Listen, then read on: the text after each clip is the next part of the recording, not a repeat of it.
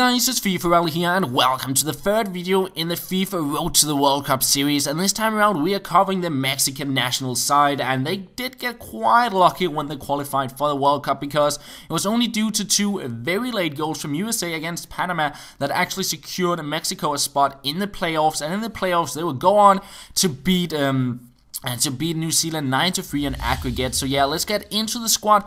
On goal we got Ochoa, and he got 84 diving, 85 reflexes as his standout stats, and he's 6 feet 1 tall, so he's not the tallest of keepers, and he's not that strong on corners and crosses, but on shots straight at goal, he is very, very strong, and he got the long throw trade as well, which is really good to start counter-attacks, and he got a 55 games for the national side. Now moving on to the first centre-back with 49 caps is Moreno, and he's quite fast for centre-back. He got decent defending and heading stats on him, however, he's not the tallest.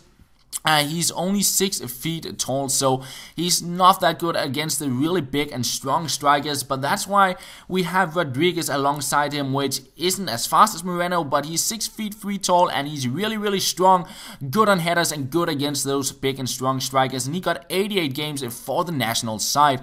Now moving on to the right back, we do have a player who haven't played for the national side, and that is Estrada, and he's mainly there for his FIFA stats in some way because he's really, really fast, and it's always nice with a bit of pace on the right and left back, so he's there because he can pretty much outrun most players coming against him, and he got high work rates, so he'll stay back quite a lot of the time, and then he'll support the right mid when going on the attack, so a very, very solid player there.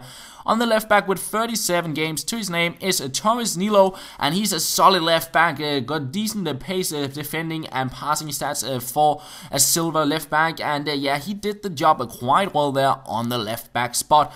Now moving on to Salcido, and one of the players with most games for the national team, and yeah, all around really, really good stats. In the 70s, most of the stats, he got a 5-star weak foot, long shot trade, and he's just overall a very solid player to play there on the center defensive mid. Onto the left mid, we have another player who haven't really played for the national side, and that is Corona. He's still quite young, and he might be able to make his way into the national side, but the main reason we have him into the squad is that he got the 5-star skills, and he got a quite good left foot on him as well, and he scored a few nice goals for me when getting clips with this side, so yeah, look forward to those, and yeah, he's mainly there because he got that 5-star skills. On the right mid with 20 games to his name is Aquino, and he got 90 pace, so he's really, really fast. He got 4-star skills, and he links nicely up with Hernandez, who also plays for Villarreal, so maybe if you're looking to build a nice hybrid side, you can link those two together, because Aquino is a very, very solid player there on the right mid. Moving on to the center attacking mid, we do have Reyes. He got 25 caps and all-round solid stats in the 70s, a 5-star weak foot, 4-star skills, and a quite good shot on him, so he can go past most players with those 4-star skills, and he can pretty much shoot and pass from anywhere with the 5-star weak foot, so he can find the wingers, the attackers, and yeah, he can take shots outside the box quite well. Moving on to our first striker, we do have Hernandez, who played 73 games for the national side. He did get come up through the Barcelona ranks and did later on move on into different squads, and at the moment he's playing for Villarreal, and the informed version here with 86 pace, 89 dribbling, and a decent shot. His left foot is quite nice, his finesse shots there are quite good, and yeah, on the other striker spots we do have inform Carlos Vela, and he is extremely good.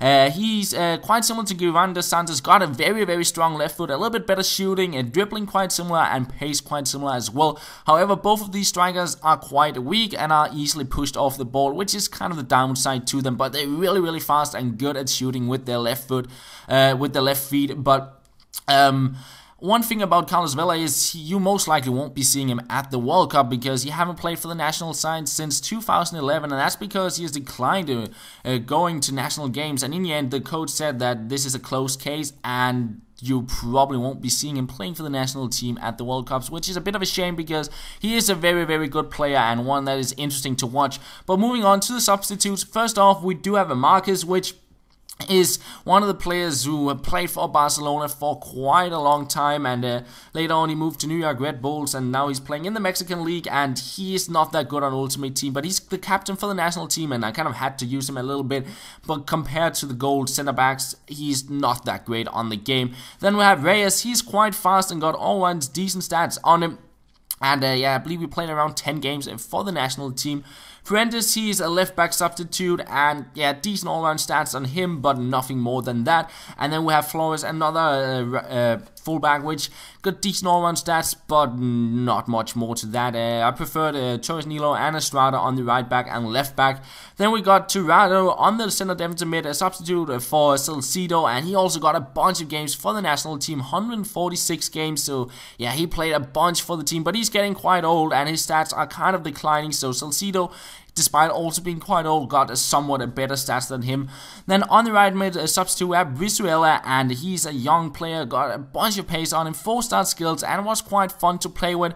Then we got Grotto, which is he's definitely the player instead of Corona to play at the World Cup. He got very, very good stats on him, but he only got 2-star skills, and foot-wise and getting gameplay-wise, he's just not a player I've used that much because it's a little bit difficult getting cool clips with him. So he's on the substitution bench here, but for the World Cup, you will definitely see him because he is a very, very good player. Then we do have Fabian as a substitute for Reyes, and got some solid stats on him, and got a 4-star skills, 4-star weak foot, and a long shot trade, so a very, very good player there. Then we have Hernandez as a striker, which definitely is a player you'll see on the striker spot at the World Cup because he only have the 3-star skills on the game. I favored Vela and Hernandez dos Santos as the first team strikers, but yeah, he's definitely a player to watch out for at the World Cup. And alongside him, we got Peralta, which also is a player I'd say we should watch out for the World Cup. He scored 5 goals in a 9-3 aggregate win against New Zealand, and that's what awarded him that inform, and he's going to be an interesting player to watch out for as well. And that is pretty much all for the squad, so let's get into the gameplay. And we start off from a corner, finding Fabian here, and we take the shot, and what a shot that is. And that was the thing I said, Fabian and Reyes, both the players playing on the center attacking mid, they both had a really, really good shot on them. Here you see Reyes finishing it off, hitting it in off the bar on the half volley there, and they could pretty much finish off most of the things just outside the box, and that was a really, really nice thing to have with the center attacking mids. But apart from that, the squad overall kind of opposite to the Croatian side, because the Croatian side did not have that much pace, but they had quite a few strong players in, for example, Mandzukic, but this side do not really have any strength whatsoever. They only got Rodriguez as the center back, but apart from that, it's really not that much of a strong or tall squad. So corners and crosses going, like defending those can be a little bit difficult, and you won't really score any goals from that either. You can get the odd ones now and then, but where this squad strength is the counter attacks basically, and taking on the opponents one-on-one and quick passing, because everyone in the attack are really, really fast. They got really good dribbling on them, and most of them got 4-star skills or 5-star skills with Corona here, so they can take on most players, and they got decent passing on most of the players as well. So yeah, really good at getting past players and going on counter-attacks with. And here you see Hernandez dos Santos, a little bit of a skill run, and he actually panners the defender, takes the shot, and somehow scores from a crazy distance there.